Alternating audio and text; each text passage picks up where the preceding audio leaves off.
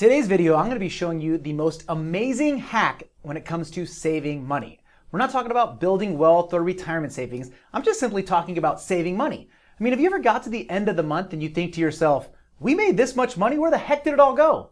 Well, I'm going to show you how to be intentional, and I'm going to show you a little hack into saving money. What we're talking about is sinking funds. What are sinking funds? Well, it's really simple. Sinking funds are basically individual savings account earmarked for a specific savings goal. What does that mean?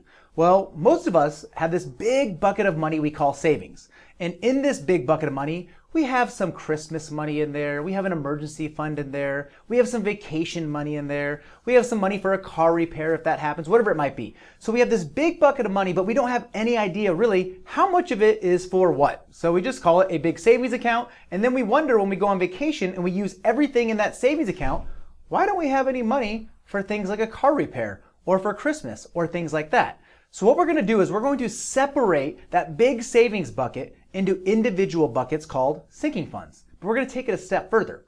Not only are we going to separate them, we're going to label each account, and get this, we're going to start automatically transferring money into every single sinking fund so they grow over time. So what does this look like? Well, what you're going to do is you're going to go to a bank, not the bank you currently bank at. We're going to go to a bank outside of the bank you currently bank at, because out of sight, out of mind. So I want you to go and open up an account. That could be at any online bank, that could be at any local credit union, maybe a small local bank. Whatever you do, don't use any of the big major banks, the big four out there. The reason why is when you're opening up a sinking fund, they might charge you a small fee, they might charge you a low balance fee, something like that. You don't want to be messing with that. You want it to be at an online bank or maybe a local bank that you don't currently use, so it's out of sight, out of mind. So we go and we open up our first sinking fund. We'll call it the vacation fund. I go in there and I nickname it vacation fund. And then I go and I set up automatic transfers from my current checking account into my sinking fund. If you have direct deposit, you can also do it with your direct deposit. So what is that? Why do we do this? How does this help? Well, let me give you an example. Have you ever gone on vacation and you come back from vacation and you're a little freaked out because you're thinking, oh my gosh, the payments for the vacation are coming home with us. We're going to be making these payments on our credit card at 21% interest for the next 3 years. That vacation wasn't worth it. What we're going to do in this situation is, instead of being reactive, we're going to be proactive. We're going to say, let's just say we need $6,000 every single year for vacation. Well, that's really simple. Twice a month, I send $250 to my vacation fund, my sinking fund, and when I get to the end of the year, I have $6,000. Let's say that I want $1,000 for Christmas. Well, that's really simple. I divide out 12 months, $84 every single month goes into my Christmas fund. So when Christmas happens, I have $1,000 to get started. Or let's say I want to buy a car soon. Well, I don't want to go out and finance it because I don't have any money, because when you finance things, you're paying interest on things that go down in value. That's not a good plan. So what if we were able to make a car payment to ourselves?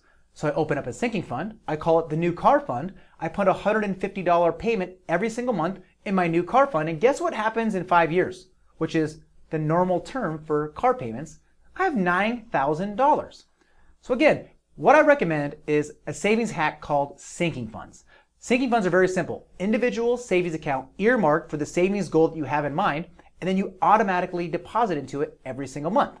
You know, a lot of people go into debt by using the method death by 1,000 cuts. It wasn't one big thing. It was small overspending over time, death by 1,000 cuts. All of a sudden you look and you're $25,000 in credit card debt and you're thinking, oh my gosh, how did this happen?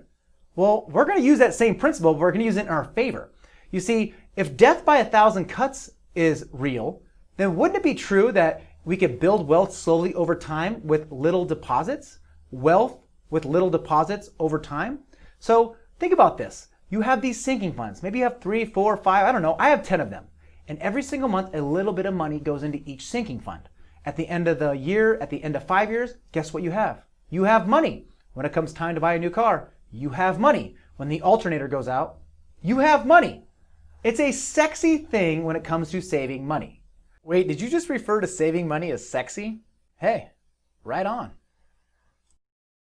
So what I want you to do is I want you to go and I want you to open up a savings account. Again, a savings account at a different bank where you currently bank from. My number one recommendation, if you're online, is use an online bank. Radius Bank is the best bank when it comes to sinking funds. The reason why is you can open up as many savings accounts as you want. And you can also open up a checking account so you can easily move money between your sinking funds and your checking account, and then you can use a debit card to write a check. I highly recommend Radius Bank. But if you want something local, what I use is I use a local credit union. If you're here in Arizona, I use 1AZ Credit Union. They are the best place when it comes to open up sinking funds.